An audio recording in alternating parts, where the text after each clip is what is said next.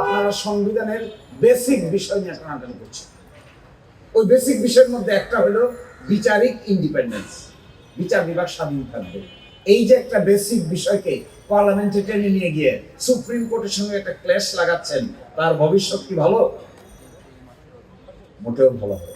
Clash হচ্ছে। Supreme court বলছে আমি ইন্ডিপেন্ডেন্ট থাকতে চাই, তারা বলছেন তোমাদেরকে আমরা দিতে চাই।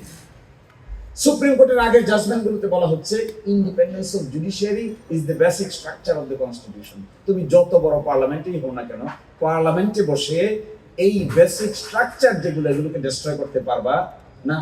তার independence of judiciary is the basic structure ধ্বংস করে ফেলতেছেন পার্লামেন্টে বসে। কয়েকদিন পরে সুপ্রিম কোর্টের আপনাদের মধ্যে যখন ক্ল্যাশ হবে তখন বুঝবেন মজা কারবার। অনিবার্য ক্লেশ লাগাই দিচ্ছে। সচিবালয় প্রতিষ্ঠিত হয়েছে, আচ্ছা বলেন, প্রতিষ্ঠিত আইন হয়েছে, সচিবালয় হয়েছে, কাজ শুরু হয়েছে, বিল্ডিং হয়েছে, উদ্বোধন হয়েছে, আইন বাদ করে দিচ্ছে। উচিত কি হওয়া উচিত ছিল? উচিত ছিল আমরা এই বিষয়টা আলোচনা করব, যতদিন আলোচনা না হয়েছে ততদিন পর্যন্ত স্ট্যাটাস থাকবে, যেভাবে আছে থাকবে। তাই তো হওয়া উচিত ছিল। কমন সেন্স কি বলে? কমন সেন্স বলে একটা বিষয় কর্মরত, ফাংশনাল, কাজ করছে, আদেশ দিচ্ছে, জারি হচ্ছে, আপনি এসে বলছেন একেবারে জিরোতে যাচ্ছেন, এজ ইফ এখানে স্টোনিং হয় নাই, কোনো সচিবালয় হয় নাই, কিছুই হয় নাই, সেখানে যাচ্ছেন। আপনার তো এটা বলার কথা না। আপনার যদি গুডউইল থাকে তাহলে কি বলবেন? Okay, we will review the policy, we will discuss it in the parliament, we will talk to the relevant authorities, in the meantime let it be maintained status quo. যতদিন সেটেল না হয়েছে ততদিন যেভাবে সেভাবে থাকার কথা।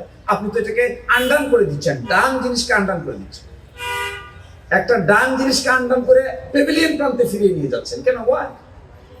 গুম কমিশনের গুম আইনের অধীনে ট্রাইব্যুনাল এস্টাবলিশ হয়েছে, আপনি আইন বাদ করে দিচ্ছেন, তো ট্রাইব্যুনাল তো আছে।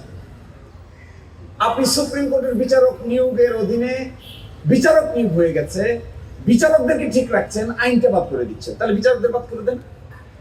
যে আইন করেছে জুডিশিয়াল অ্যাপয়েন্টমেন্ট কমিশন, এই আইনের অধীনে 26 জন হাইকোর্টের বিচারক নিয়োগ হয়েছে, আইনটা আপনি বাতিল করে দিচ্ছেন। 26 জনের ভাগ্য কি? তাহলে বলেন যে 26ও বাতিল, আইনও বাতিল। নতুন আইন নিয়ে আজকে পাশ করেছে। আমার বিবেচনায় today this moment is a black day for independence of justice. Today we are standing in a very historic place. Contextualized, this place is very historic in the context of Bangladesh. On this, sitting on this stage দাঁড়িয়ে থেকে, along with my friends and senior colleagues and intellectual people, I am trying to identify this moment is a black day for independence of justice. এর চাইতে বড় কালো moment আর হতে পারে না। একদিকে সুপ্রিম কোর্ট রায়কে স্বাধীন থাকতে চায়, আরেকদিকে পার্লামেন্টে পাশ করে পরাধীন করে ফেলতে চায়। This is something really dangerous.